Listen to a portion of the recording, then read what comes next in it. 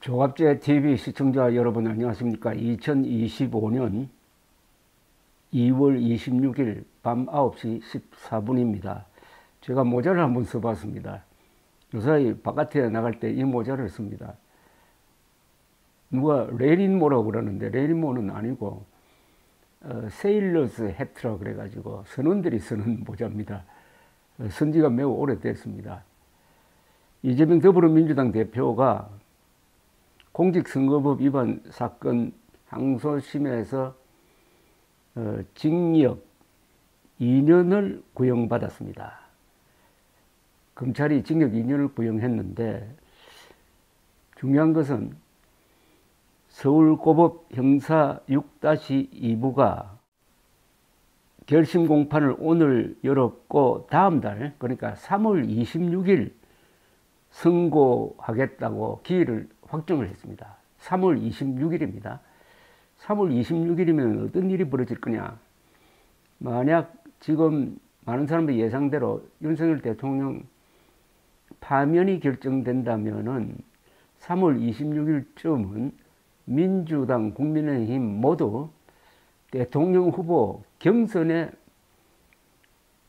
집중하고 있을 때입니다. 그러니까 경선 기간에 혹시 선고가 당선 무효형이 나온다면은, 당선 무효형이라는 것은 벌금 80만 원 이상이고, 그 다음에 1심 선고가 집행유예 2년이니까 그게 만약 유지된다면은 당선 무효형이 됩니다. 그러면은 민주당은 일대 혼란에 휩싸일 것이라고 생각합니다. 근데 이 3월 26일이라는 날짜가 우리 현대사에서 아주 특수한 날입니다. 1909년 안중근 의사가 만주 여순에서 이등방문을 사살했습니다. 하필 그게 또 11.6이었습니다. 10월 26일. 1909년 10월 26일. 그로부터 70년 뒤에는, 그러니까 1979년 10월 26일에는 김재규 중앙정보부장이 박정희 대통령을 사살하는, 시해하는 일이 벌어졌던 날입니다. 그리고 안중근 의사는 만주에서 일본인들로부터 재판을 받고 3월 26일, 이듬해 3월 26일이니까 1910년 3월 26일에 사형이 집행되었습니다. 여순 감옥에서. 그날이 하필 3월 26일입니다. 또 있습니다. 우리 현대사에 2010년 3월 26일 백령도 근해에서 무슨 일이 있었는지 기억하십니까? 북한의 의뢰를 맞고 천안함이 폭침된 날입니다. 그게 또 3월 26일입니다. 2010년 우리 해군 46명의 장교와 병사들이 목숨을 잃었습니다. 안중근 의사 사형 집행된 날, 그리고 우리 해군 46명이 순국한 날에 이재명 대표에 대한 항소심 선고가 있다.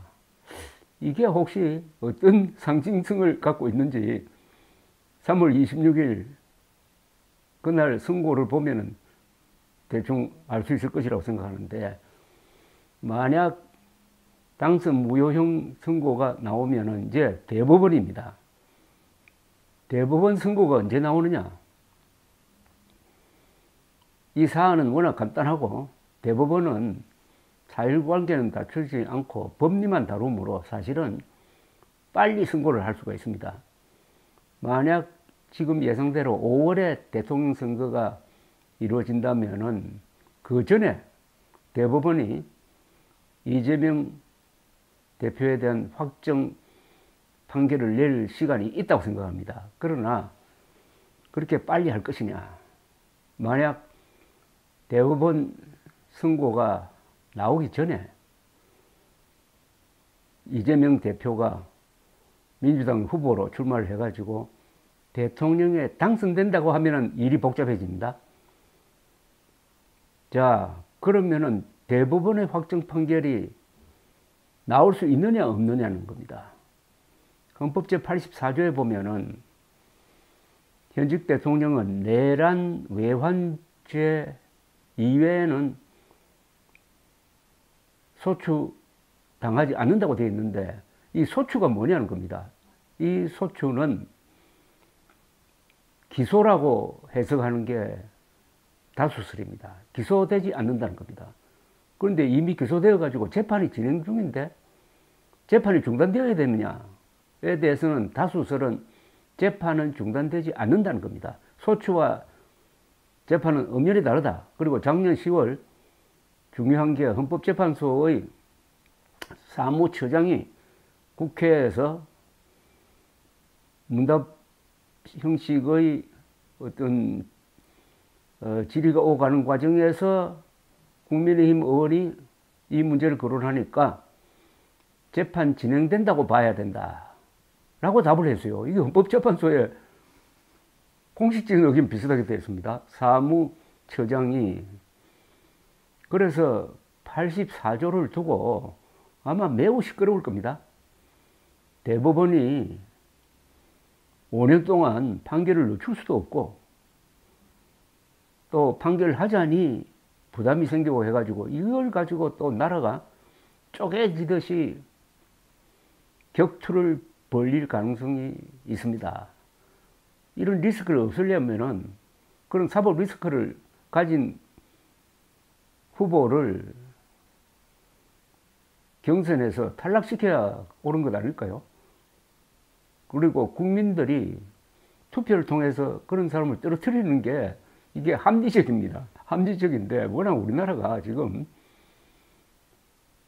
이 법치와 정치가 엉켜서 돌아가니까 이거 상당히 크나큰 쟁점이 되고, 어떤 경우에는 이재명 대통령이 당선되어서 신문을 보다가 대법원 확정 판결에 의해서 당선 무효형이 선고됨으로써 보궐선거가 이루어지는, 대통령 보궐선거가 이루어지는 사태도 불가능하다고 보여지지가 않습니다. 이 대표는 지난 대선을 앞둔 2021년 12월 방송 네 곳에 나와가지고 대장동 개발 실무자인 고 김문기 전 성남도시개발공사 처장을 성남시장 재임 기간에 알았으면서도 몰랐다고 하고, 2021년 10월 국정감사장에 나와가지고는 국토교통부 협박으로 백현동 개발 부지 용도를 4단계 상향 조정했다고 거짓말한 혐의로 불구속 기소되었고, 작년 11월 15일 1심은 이 대표에게 징역 1년에 집행유예 2년 당선 무효형을 선고했던 것입니다. 그런데 여기서 가장 좀 문제가 많은 게 이 백현동 개발과 관련된 거짓말입니다. 이 용도 변경을 4단계나 했는데 이것은 이재명 성남시장이 해준 것이 분명함에도 불구하고 국토부 탓을 하면서 국토부가 용도 변경을 해주라고 압박을 해가지고 할 수 없이 그랬다라고 거짓말했다는 혐의를 법원이 인정해가지고 집행유예 2년을 선고했던 것입니다. 이번에 이게 다시 인정이 돼가지고 항소심에서도 선고되면은 이제 대법원에 이재명 대표의 운명이 맡겨지는 것이 됩니다. 이를 두고 아마 한동훈 전 대표가 제일 앞장서 가지고 법률가적 입장에서 이 문제를 제기하게 될 것입니다. 이재명 잡는 데는 한동훈 전 대표가 가장 적임자다 하는 인상을 주려고 노력할 겁니다. 2023년 가을에는 당시 한동훈 법무장관입니다.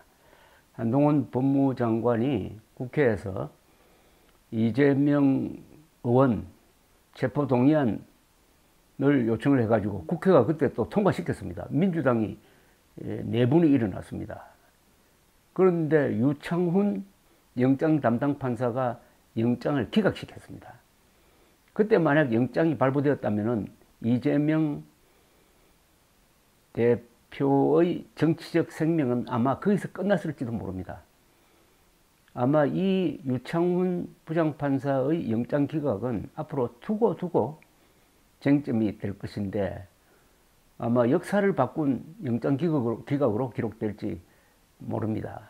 그래서 1라운드에서는 한동훈 법무장관이 패배한 셈이 되었습니다. 그런데 앞으로 한동훈 전 대표는 정치 무대로 다시 복귀해가지고 이 문제, 헌법 제84조 문제를 가지고 집중적으로 이재명 대표를 몰아세우면서 자신의 입지를 강화할 전략을 추구하고 있는 것으로 보입니다. 오는 3월 10일 언저리에는 윤석열 대통령의 운명을 결정하는 탄핵 기각이냐 인용이냐의 결정이 나올 것이고 그 한 2주 뒤에는 이재명 대표의 운명이 걸린 항소심 선고가 나온다. 이번에 비상계엄령 선포를 계기로 해가지고 윤석열, 이재명 두 사람 다 싫다 하는 이런 여론이 강하게 형성되어 있는데 이게 법원을 통해서 그런 식으로 두 사람이 다 퇴진하는 식으로 퇴진시키는 쪽으로 결말이 날 가능성도 있습니다. 이 1910년 3월 26일 안중근 의사가 순국하고 2010년 백령도 근해에서 천안함이 폭침되어 가지고 46명의 한국 해군 장교와 사병들의 목숨이 북한 노동당 정권에 의해서 희생된 그날 똑같은 날 역사는 이재명 대표에게 어떤 길을 열어줄지 또는 닫아버릴지 자못 궁금합니다. 오는 3월 26일입니다. 감사합니다.